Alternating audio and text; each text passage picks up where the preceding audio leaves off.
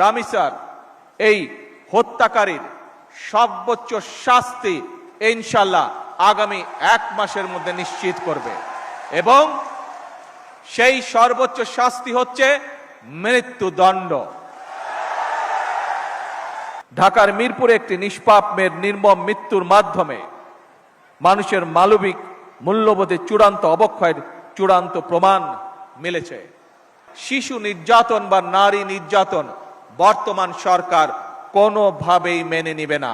সকল সম্মানিত উপস্থিতিবৃন্দ, দীর্ঘদিনের ফ্যাসিবাদী শাসন শুধুমাত্র দেশের মানুষের অধিকার আর দেশের অর্থ সম্পত্তি লুট করেনি, বিচার বিভাগ সহ দেশের সমস্ত প্রতিষ্ঠানগুলোকে ধ্বংস করে দিয়েছে। সবচেয়ে যেটি বড় ক্ষতি হয়েছে, বিশেষ করে বিতাড়িত ফ্যাসিবাদের সময় মানবতা, মানবিকতা এবং দেশের আবহমানকালের ধর্মীয় সামাজিক মূল্যবোধগুলোকে একেবারেই বিনষ্ট করে দেওয়া হয়েছে। ঢাকার মিরপুরে একটি নিষ্পাপ মেয়ের নির্মম মৃত্যুর মাধ্যমে মানুষের মানবিক মূল্যবোধের চূড়ান্ত অবক্ষয়ের চূড়ান্ত প্রমাণ মিলেছে। প্রিয় উপস্থিতিবৃন্দ, প্রিয় ভাই বোনেরা, এ বিষয়ে একটি কথা আজকের এই অনুষ্ঠানে আমি পরিষ্কারভাবে আপনাদের সামনে তুলে ধরতে চাই। এই ধরনের শিশু নির্যাতন বা নারী নির্যাতন বর্তমান সরকার কোনোভাবেই মেনে নিবে না।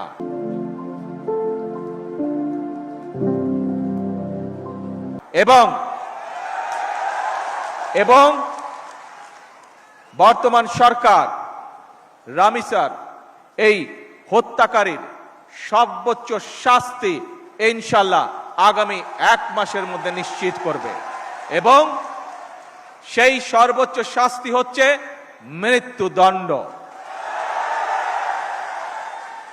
যাতে করে ভবিষ্যতে আর কোনো ব্যক্তি মানুষ এইভাবে শিশু বা নারী নির্যাতন করার সাহস না পায়। উপস্থিত সম্মানিত সকল উপস্থিতিবৃন্দ, একটি নিরাপদ মানবিক রাষ্ট্র এবং সমাজ প্রতিষ্ঠা করতে হলে আমাদেরকে আইনের শাসন প্রতিষ্ঠা করতেই হবে। রাজনৈতিক সংস্কৃতির পরিবর্তন ঘটাতে হবে। একই সঙ্গে আমাদের জাতীয় জীবনে পুনরায় বাংলাদেশের আবহমানকালের ধর্মীয়, সামাজিক, সাংস্কৃতিক মূল্যবোধের পুনর্জীবন ঘটাতে হবে। এক্ষেত্রেও কবি কাজী নজরুল ইসলামের জীবন এবং কর্ম আমাদের জন্য প্রাসঙ্গিক। সম্মানিত সুধীবৃন্দ, কবি নজরুলের জীবন এবং কর্ম বিশ্ব সাহিত্য দরবারে আরো বেশি ছড়িয়ে দেওয়া প্রয়োজন। তার জীবনবোধ, তার জীবন দর্শন প্রজন্মের পর প্রজন্ম পৌঁছে দিতে হবে। এরই অংশ হিসাবে আমাদের জাতীয় কবির স্মৃতি বিজড়িত ত্রিশালকে নজরুল স্মৃতি হিসাবে ঘোষণা করা যায় কিনা এর ব্যাপারে সম্ভাব্যতা